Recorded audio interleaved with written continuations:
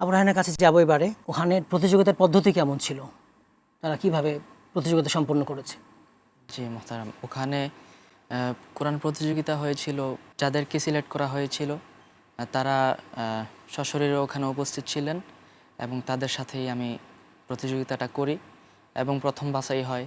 বাছাই হওয়ার মাধ্যমে ফাইনাল হয়। স্টেপ বাই স্টেপ অতিক্রম করার মাধ্যমে উত্তীর্ণ হই আলহামদুলিল্লাহ। কয়টা প্রশ্ন করেছিল তারা? প্রশ্ন করেছিল 4টা। তো 4 প্রশ্নে প্রায় কোনোটা 1 পৃষ্ঠা করে শুনেছে, কোনোটা 1.5 পৃষ্ঠা, এভাবে 4টা প্রশ্ন আর কি। বলা যায় যে 6-7 পৃষ্ঠা শোনা হয়েছে। মানে বিচারক কোন কোন দেশের ছিল? ওখানে সেনেগালের ছিল কিছু, তারপরে ইজিপ্টের ছিল, মিশরের? জি জি মিশরের ছিল, এই কয়েক দেশের ছিল আর কি। 3 দেশের বিচারক ছিল। আচ্ছা, যখন তুমি ফার্স্ট হলা তখন তোমার নাম ঘোষণা করা হয়েছে নাকি আমাদের দেশের নাম ঘোষণা করা হয়েছে? আমার নাম ঘোষণা করা হয়েছিল।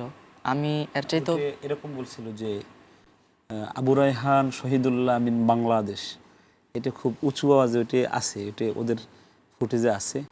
মানে বাংলাদেশটা এত জোরে বলছিল আমার এই শরীরের সব লোম দাঁড়াই গেছিল যে আলহামদুলিল্লাহ আমার দেশের নামটা। তখন যখন ওর নামটা ফাইনাল তো 1 নাম্বার, তখন হাউজে প্রায় 2-3 হাজার দর্শক ছিল। এবং আমাদের ওই প্রবাসীরা দেশের ছিল? ওই দেশের ওরে পুরস্কার যিনি তুলে দিয়েছেন উনি হলো ওআইসির পার্লামেন্ট অফ মেম্বারের জেনারেল সেক্রেটারি। আচ্ছা আচ্ছা। ওনার হাত দিয়ে পুরস্কার দিয়েছেন। উনি বাংলাদেশে কয়েকবার এসেছেন, আমাদের রাষ্ট্রপতি তারপরে স্পিকার ওনাদের সঙ্গে ওনার ছবিও আছে। উনি ওই যে রোহিঙ্গাদের ত্রাণ দিতে এসেছিলেন ওআইসির পক্ষ থেকে। যখন বলছে যে আবু রায়হান শহীদুল্লাহ মিন বাংলাদেশ, তখন সবাই বাংলাদেশ বলে এরকম হাততালি দিচ্ছে। আমার অনেক ভালো লেগেছে যে 15,000 কিলোমিটার দূরে যে কোরআনের মাধ্যমে আমার দেশের নামটা নতুন করে আবার পরিচয় করে দেওয়া। আমার পরিচয় হয়েছে আলহামদুলিল্লাহ। তোমার কার কথা মনে পড়েছে তখন পুরস্কার পাওয়ার সময়? সত্যি হজরত, আমি মানে বাজান যেটা বলছে এর ব্যতিক্রম আমার হয় নাই।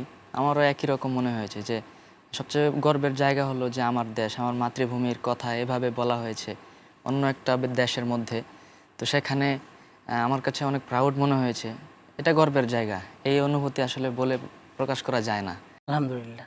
তুমি তো ওখানে প্রতিযোগিতার সময় অনেক ছাত্র পেয়েছো, জি জি। তারা আমাদের দেশকে চেনে? আমাদের দেশের কোরআন এই ব্যাপারে কোরআন ভিত্তিক বাংলাদেশ একটা জায়গা করে নিয়েছে এখন বিশ্বের দরবারে। এখন বাংলাদেশ যদি কোনো কোরআন প্রতিযোগিতা যায়, শ্রদ্ধার সাথে তারা এটাকে মেনে নেয়। এবং অন্য প্রতিযোগীরা স্নেহচাপে থাকবে তখন। ওরা আমাদেরকে আর ইউ বাংলাদেশ, যখন বাংলাদেশ বলছি ওরা মানে হ্যাঁ বাংলাদেশ, মানে আমরা তো ভার্চুয়ালেই দ্বিতীয় হয়ে গেছি, সেই হিসেবে একটা ভয় তো আমাদের উপরে আছে। যেমন ভার্চুয়াল পরীক্ষায় প্রথম যে হয়েছিল জর্ডানের, ও পেয়েছিল 98 নাম্বার, রায়হান পেয়েছিল 97.20, মানে 80 পয়েন্ট কম পেয়েছিল। এখানে আমাদের একটা ভয় ছিল। আল্লাহর রহমতে ফাইনালে ওই জর্ডানের প্রতিযোগী 4টা ভুল করেছে, ও 4টা ভুল। ও আবার তিউনিসে 1 নাম্বার হয়েছিল, আর হলো ইথিওপিয়া 1 নাম্বার হয়েছিল গত 2 বছরে। ও খুব শক্ত প্রতিদ্বন্দ্বী। ওকে আল্লাহর রহমতে পরাজিত করতে পেরেছি। রায়হানের তাজবিদ খুব ভালো হয়েছিল, ওর তাজবিদে বেশি নাম্বার পেয়েছিল। এই জায়গায় আমরা এগিয়ে গেছিলাম আলহামদুলিল্লাহ। মেহেদী হাসান মিরাজ ভাই কিছু বলতে চান আবু রায়হানকে? হ্যাঁ অবশ্যই। প্রথমে অবশ্যই আবু রায়হানকে ধন্যবাদ জানাতে চাই এবং কংগ্রাচুলেশন জানাতে চাই, কারণ ও যে জিনিসটা অর্জন করেছে এটা আমাদের দেশের জন্য বিরাট একটা গর্বের বিষয়। জি, গর্বের সেটা বিষয়। আমি বুঝি, কারণ আমরা যখন ক্রিকেট খেলি দেশের বাইরে যাই, তখন আমরা যখন ভালো খেলে আসি তখন আমাদের খুবই ভালো লাগে যে দেশের হয়ে কিছু অর্জন করতে পেরেছি। আমি ওর ফিলিংসটা বুঝতে পারছি, কারণ সেটা আসলে আমি কতটুকু ওর ফিলিংসটা অনুভূতিটা আমি বুঝতে পারছি এর জন্য যে ও যে জায়গা থেকে চ্যাম্পিয়ন হয়ে এসেছে, এটা বিশাল বড় একটা অ্যাচিভমেন্ট আমাদের জি জি, বাংলাদেশের আমাদের জন্য। দেশের জন্য। এবং অবশ্য যেটা আমি বলছিলাম যে ওর যে প্রতিভা এবং ওর যে দক্ষতা সেটা আসলে অসাধারণ। একাধিক দিক থেকে, মানে একাধিক দিক থেকে আমি এর আগে জেনেছি যে ও এর আগেও একবার বিশ্বজয়ী হয়েছে 2018 কাতারে সালে বোধহয়। কাতারে। কাতারে। বেসিক্যালি একটা জিনিস যেটা আমরা এইরকম প্রতিবাদেরকে অনেক সময় চিনি না, আর আমাদের প্রত্যেকটা মানুষেরই দায়িত্ব যে আমাদের দেশে এত বেশি প্রত্যেকটা সেক্টরে এত বেশি প্রতিভা লুকিয়ে আছে, এটা যদি আমরা ইউটিলাইজ করি আমাদের দেশ আরো ভালো জায়গায় যাবে, এটা আমি মনে করি।